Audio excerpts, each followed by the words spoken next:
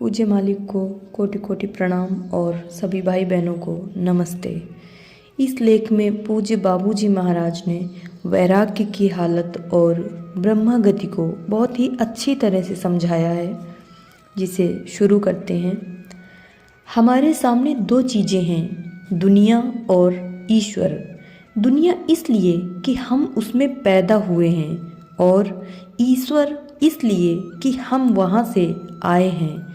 इसलिए हमको हमारी दोनों ड्यूटीज़ की तरफ ख्याल रखना चाहिए और यह दोनों चीज़ें समासम रहनी चाहिए।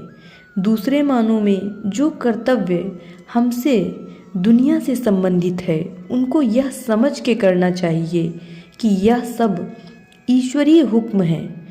अगर यह भाव हमारा बन जाता है तो हमें उसके नतीजे की फिक्र नहीं रहती और हमसे वही काम होने लगते हैं जो ईश्वर से संबंधित हैं, और यही चीज़ निष्काम के क्षेत्र में आती है और उससे हमारा संस्कार बनना बंद हो जाता है।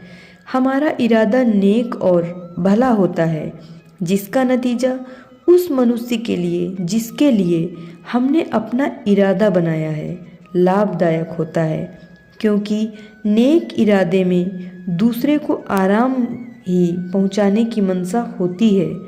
इस तरह से हम अपनी ड्यूटी सही मानों में अदा करते रहते हैं और उसके एवज में हमें जो कुछ मिल जाता है उससे हम अपने और अपने बच्चों के पालन पोषण का इंतजाम करते हैं, जो एक प्राथमिक कर्तव्य है।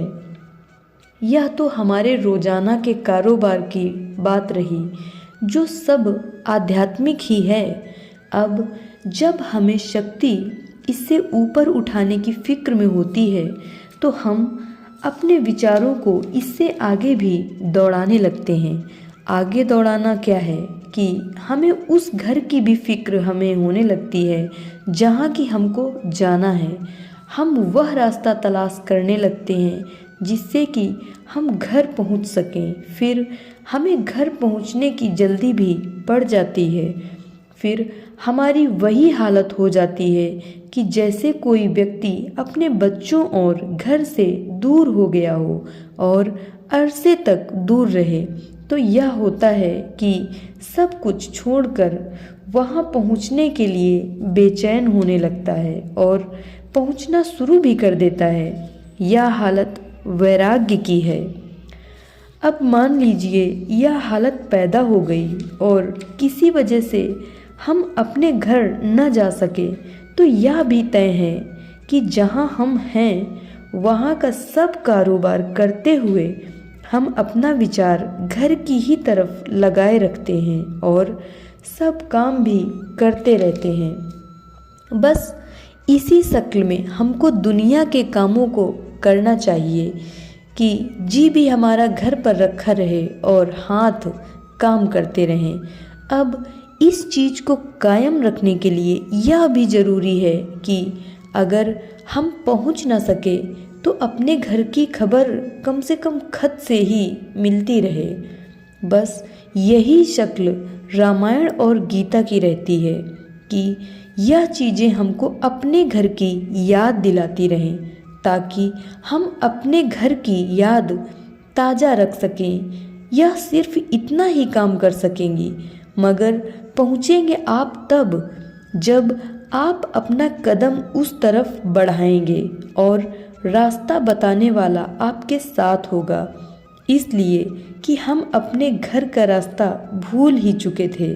जब याद ताज़ा हुई तो हमें रास्ता बताने वाले की भी ज़रूरत पैदा हुई।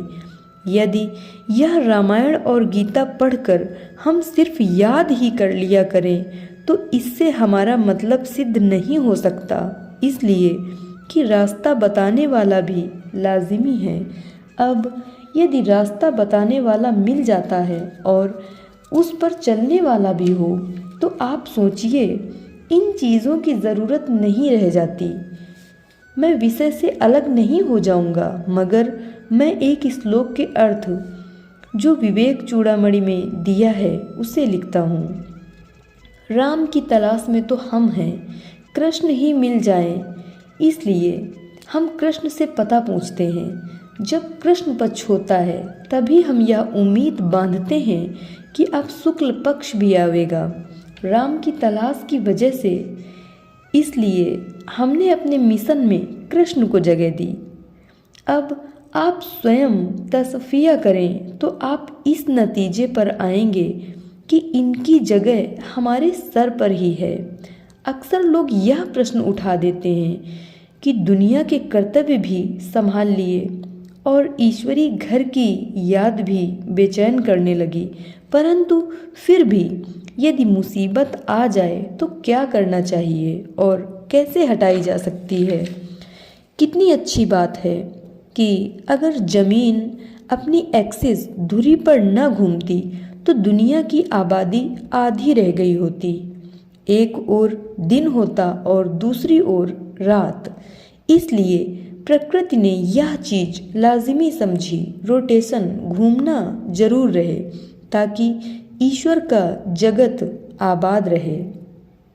इसी तरह अब धार्मिक चीज को लेकर चलता हूँ तो इस बात का पता चलता है कि लोगों की खुशी और आराम के एहसास के लिए ईश्वर ने यह चीज भी लाजिमी रखी है, इसलिए कि हमारी निगाह दोनों ओर जाती रहे और एक दूसरे से हमारे ख्याल में फर्क और तफावुत बना रहे, ताकि हम तुलना करने पर आराम और आशा यश को पहचान सकें।